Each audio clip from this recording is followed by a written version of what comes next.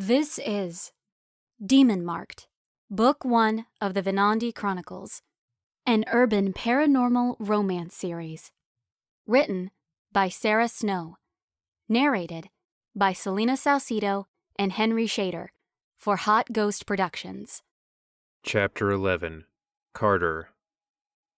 The training session with Georgia had drained me, body and soul. I wasn't exhausted from wrestling with a 21-year-old female. I was exhausted from trying to resist her. The softness of her creamy skin under my hands, the resiliency of the muscles underneath, and the thrum of her blood had almost driven me out of my mind. The glass of blood that Kingston served me had taken the edge off my hunger, but it hadn't sated it completely. It had been too long since I'd fed. I should have known better than to cut Georgia with the iron blade. The pop of that spike as it broke through the surface of her breast was too much to bear. I couldn't stop myself from stealing a taste of her blood. Not that I had much of an opportunity. I'd barely gotten a lick in before her skin closed up like a virgin's thighs. It was all I could do to keep my fangs in place. And those eyes of hers, flashing like purple lightning when the blade sliced her skin. She had wanted to slap me. I'm glad she didn't. I don't know if I could have stopped myself from ravaging her. Then she would have known exactly what I am. I could have told her that I'm a half-vampire.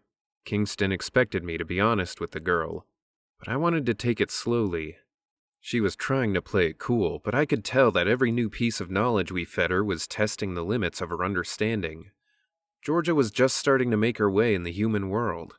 Now she was finding out that the world she'd seen and touched and smelled for the past 21 years was only a veil covering a universe of beings who wanted to devour her. Kingston invited Georgia to stay in one of the guest bedrooms that night, and Georgia accepted as eagerly as a puppy. I could tell that she already had a crush on Kingston, and I had to admit, I envied the adoring light in those violet eyes when she gazed up at the fallen angel. Whenever she looked at me, on the other hand, those eyes narrowed as her bullshit detector went into red alert. I went into my room, stripped off my clothes, and fell naked on my bed. I couldn't shake the images of the night from my mind, or the fears that went along with them. I thought of Georgia wrapped in her ragged hoodie, hunched over that book in the library as she tried to learn about what was happening to her. I saw her wolfing down the meal that Kingston had served her. Georgia had guarded her plate with her arm while she ate, an instinctive gesture that tore at my half-human heart. I thought of the way she had grappled with me in the training center, like a feral cat who was too set on survival to appreciate how strong she was. I thought of the way she'd responded to Jose. I could feel the warmth radiating from her spirit when she spoke to the boy, and I wished like hell the same woman would turn that heat on me. Thinking of Jose, I realized that I could hear him talking to himself in the next room. I could tell he was dreaming because his voice rose and fell in a pitch that sounded increasingly frantic. "Stop it! Don't kill him!" the boy screamed. "He never hurt anyone in his life. I'll do anything you want, just don't kill him." I jumped out of bed, threw my coat over my naked body, and ran to Jose's room. His nightmares were so vivid and terrifying these days that they'd come close to stopping his heart in the past. That's why Kingston had given him the room next to mine. "Hey, Jose, wake up!" The boy sat straight up in bed. Sweat glistened on his face and bare chest. He panted raggedly. An artery throbbed in his thin neck. I sat down on his bed and wrapped my arms around him, hugging him tight. "Shh, it's okay, buddy. Just another nightmare. I'm here now." She was going to kill him," he gasped. She had her teeth in his neck to hold him down. She had these long nails that were tearing his chest open." I let him go and sat back to look at him. "Who did? Who was she?" "I don't know. I've never seen her in any dream before, but she tore the guy's chest open, and I knew she was going to tear his heart out. And he was screaming." Jose sobbed, holding his head in his hands as if he could squeeze the horrific vision out of his skull. "Jose, listen. Try to calm down. We need to help this guy. Can you tell me if this is happening right now, or is it going to happen in the future?" I hoped that Jose's dream had been a portent of the future, not a vision of a killing that had already happened. Because if this vampire, and she could only be a vampire from the murder he described, had already gotten her fangs and claws into this guy, it was far too late to help him. Jose sat still for a moment. He was still breathing fast, but I could tell that he was trying to recall his dream. It was so clear, he said. The whole scene, it was just like it was happening right in front of me. The street was empty. She had him follow her down an alley. She was wearing a red dress, really tight, and high-heeled shoes, and short blonde hair and spikes all over her head, like some kind of crown. Good. Keep going. Give me more details. Jose sat upright, his brown eyes widening. A clock. There's a big digital clock in the sky, up on the wall of the building. I saw big green numbers. What does it say? What time is it? 0220, he said triumphantly. It's 2:20 in the morning. I looked at my watch. It was going on 1 a.m. If this scene was unfolding in the future, and it was happening tonight, I had 2 hours to figure out where this poor guy was. From Jose's description, it sounded like a pickup that was about to go very, very wrong. Bars close at 2 a.m., I said. But you wouldn't know that. Jose managed a shaky smile. I don't even drink. At this moment, the victim was probably sitting on a bar stool somewhere while the vampire made her move on him. She'd be walking those long nails up the length of his thigh, stopping at his crotch to cup his goods. Her pointed tongue would be gliding up his neck, tracing the ridge of his carotid artery. Yum, yum. Meanwhile, her poor victim would be deliriously happy, thinking he'd hit the jackpot of one-night stands. Little did he know that he was about to lose his heart to a vampire, literally. My heart stopped for a few beats. Something about Jose's description of the vampire triggered an image from my past. A hot memory, but not a happy one. Can you tell me more about what the woman looked like? It might help me find her. She was tall, super tall, like a basketball player, and she had curves like this. Jose made the shape of an hourglass with his hands. What about her hair? You said it was spiky?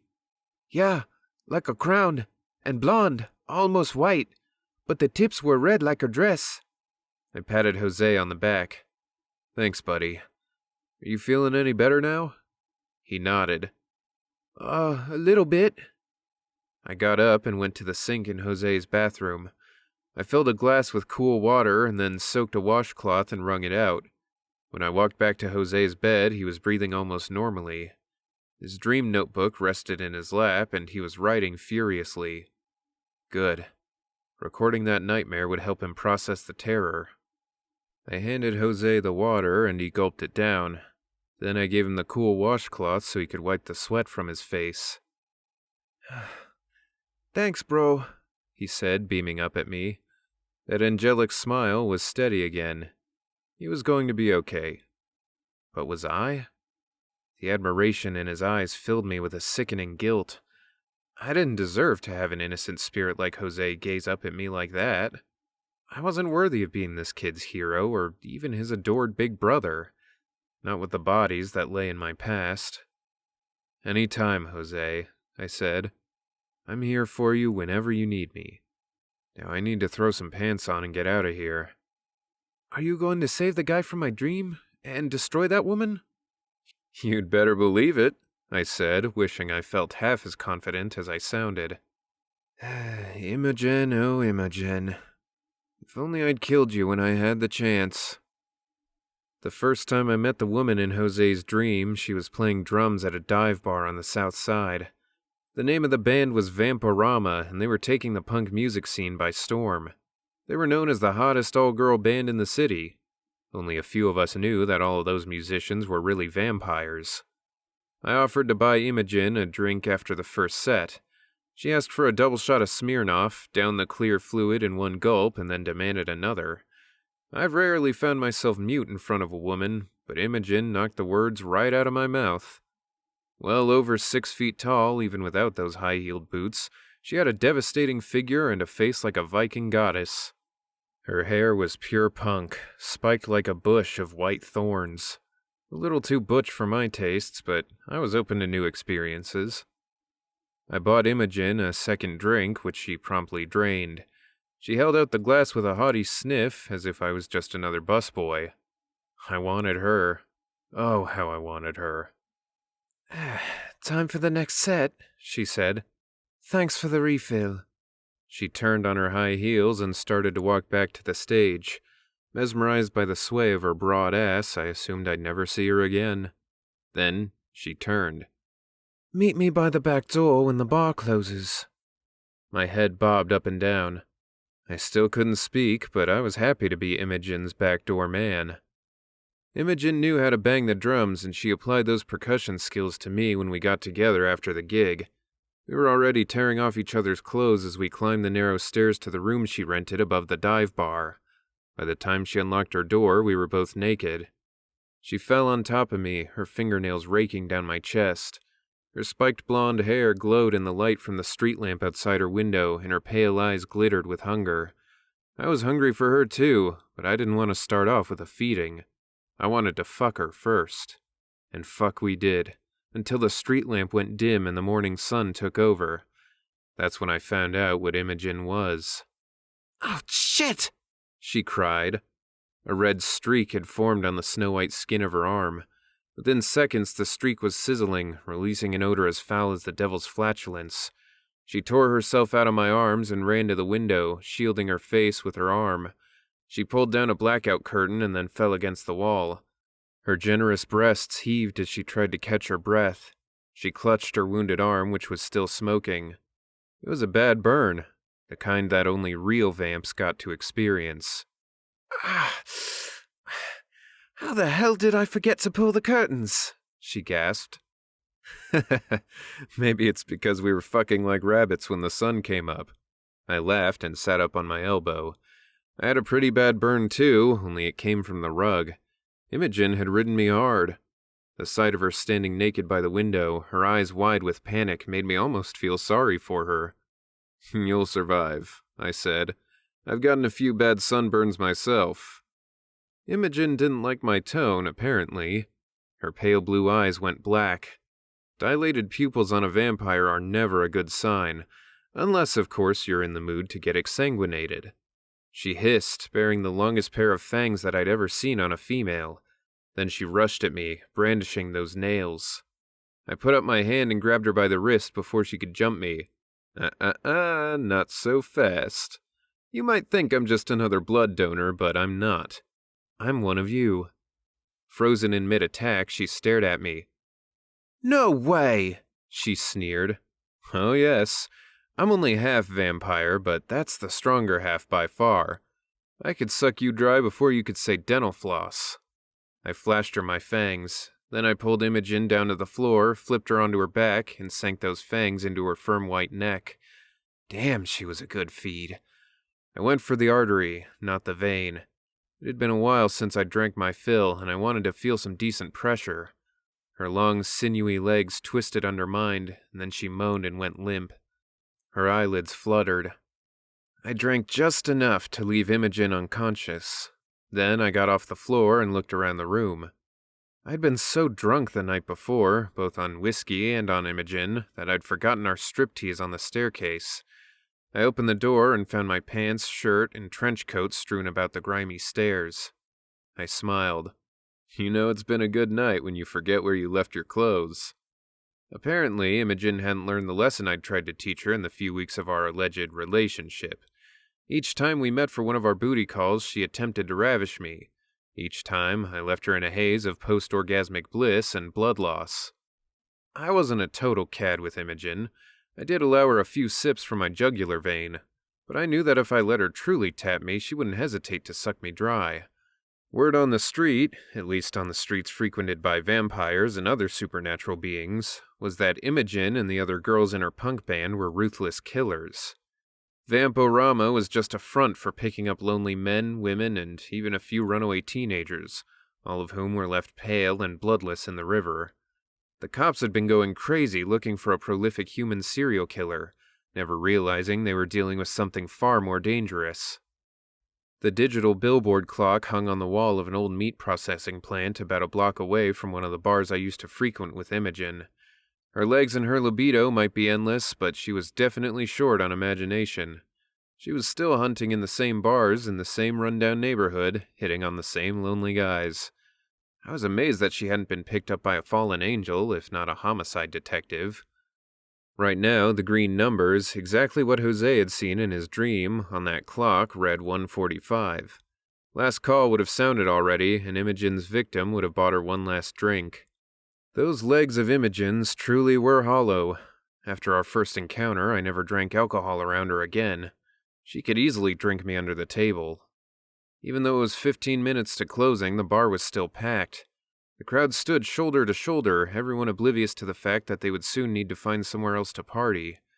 It didn't take me long to find Imogen and her mark. They were sitting in a booth at the back of the bar. Her legs were draped over his lap, and her head was thrown back in a sultry burst of laughter. He looked giddy with disbelief at the fact that he was going back to this babe's apartment soon. Poor schmuck. I'm about to ruin his night, but at least I'm going to save his neck. I decided it was best to let them wrap up their foreplay in the booth and leave the bar together before I intervened. If I approached them now, the guy would assume I was a jealous ex and would try to fight me. Then I'd have to break his nose in order to rescue him from Imogen, and he might end up leaving with the vampire anyway. I sat in a corner of the bar, watching the happy couple as I nursed a glass of tomato juice. Heck, it wasn't my beverage of choice, but at least it was red. When the bartender finally shouted out that it was closing time, I let the disgruntled crowd file out of the bar first. I knew that Imogen and her new beau would be trapped back there until everyone else left, and I was more than happy to follow them out last. With her usual flair, Imogen sashayed across the bar. Her victim was draped across her shoulder as she half carried him out the door. His eyes were glazed and he looked a little green at the gills. Even if Imogen had intended to have sex with him, he probably wouldn't have been capable of the deed at that point.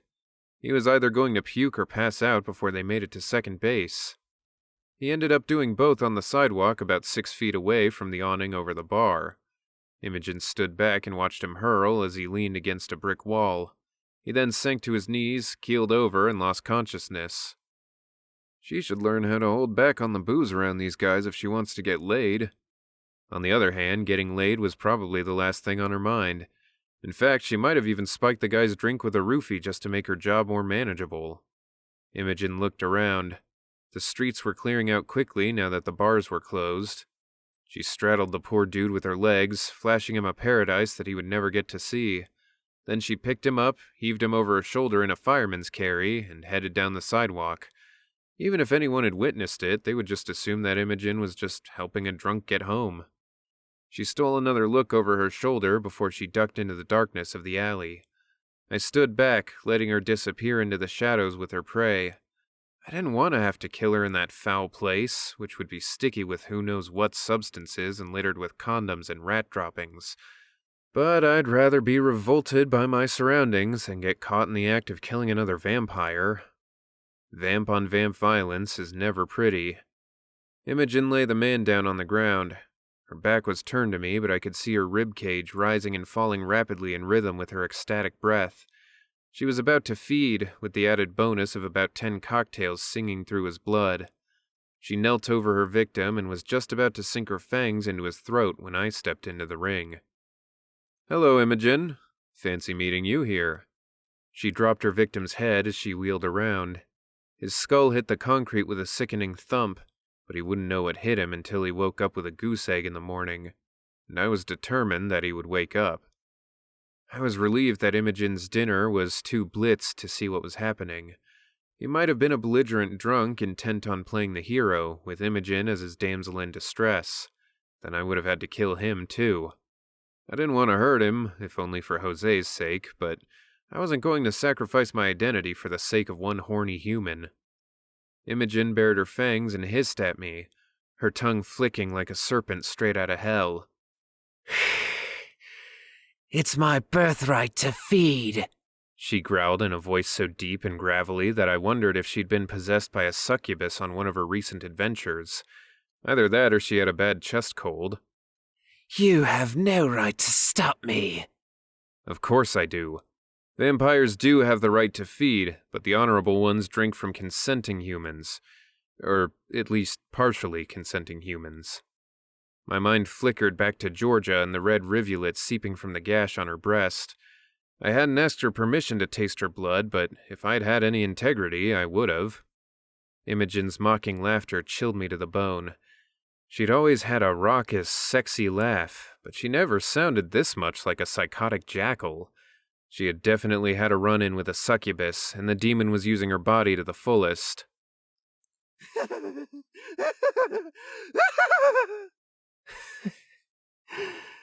Honorable, She spat. what happened to you, Carter?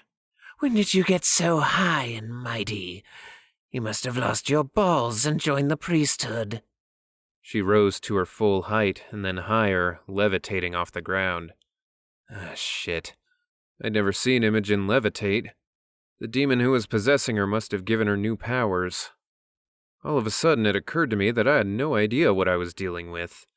I closed my eyes and summoned up the image of Jose sobbing into his hands, his thin shoulders shaking as he begged me to help the man from his dream. That gave me the guts to face off with the beast that Imogen was morphing into. Her spiked hair glowed like tongues of flame as she hovered in the red neon light of the street behind her. Her long body tilted till it was almost parallel to the ground. A terrible whoosh filled the alley as a pair of leathery wings snapped open on her back. She used those wings to stabilize herself in the air. Then she drew back, her talons extended, and shot down at me like a peregrine falcon. Time stopped. I reached into the pocket of my trench coat, praying to whatever divine being might still be willing to have anything to do with me that the blade was still there. My fingers curved around the shaft of rough iron. I hadn't replaced it on the wall after I used it with Georgia. I pulled the ancient blade out of my pocket, held it aloft, and aimed its razor-sharp tip at Imogen's left breast. The blade and velocity of her plummeting body did all the work. All I had to do was let her impale herself. When she landed on me, Imogen knocked me to the ground. The breath left my body. I gasped for air while she thrashed on top of me, screeching in pain and rage. Her wings flopped limply at her sides, useless to her now. As soon as I could breathe again, I gave a mighty shove and pushed her off of me. I rolled her over onto her back. Her pale blue eyes rolled back in her head. Blood trickled from a wound below her left collarbone where my blade had landed. My aim had been off. This half-vampire, half-demon wouldn't die from a minor flesh wound like that. She would bleed, and she would hurt. She would be benched for a while, unable to hunt or kill. But she wouldn't die. Not unless I finished her, here and now. Those leathery wings looked pathetic now, like an old umbrella with broken spokes. Imogen's fingers clutched at the blade. With a grunt, she pulled it out of her chest. She snarled at me, wielding the blade in my direction. Then her eyes closed and her hand sank back to the ground. Always have to have the last word, don't ya? I chuckled. Lying there unconscious, she looked like the vampire I remembered. We hadn't had much of an emotional connection, but we'd shared a lot of hot sex and a few pints of blood. Somehow I just couldn't bring myself to kill her, not even for Jose. I peeled her clenched fingers off the blade one by one. Damn, she was stubborn. I'd always admired that trait in her. I pulled my blade from her hand, wiped off her blood with the edge of her red dress, and slid the blade back into my pocket. Half of me hated myself for leaving Imogen alive. Probably the human half. I had one more task to accomplish before I could go back to the warehouse and face Jose. Imogen's target was still lying in the middle of the alley. He was starting to come around, holding the back of his head and moaning. What the fuck? He mumbled. If he was lucky, he'd have amnesia now. Otherwise, his nightmares would land him in a mental institution after tonight. Hey, bud, it's your taxi driver. I'm here to take you home. His hand flopped to his hip, and I realized he was feeling for his wallet. Don't worry about money. Tonight's ride is on me. I peeled him off the concrete, holding him upright with my right arm. He was able to walk, even though his knees kept buckling. I half-dragged him to my car and threw him in the back. Then I walked around to the driver's seat, put the key in the ignition, and headed for the nearest emergency room. Not the nicest place to wake up, but it was better than a police station or a morgue. "Just do me a favor, guy," I said over my shoulder as I pulled onto the street. "Don't puke in my car.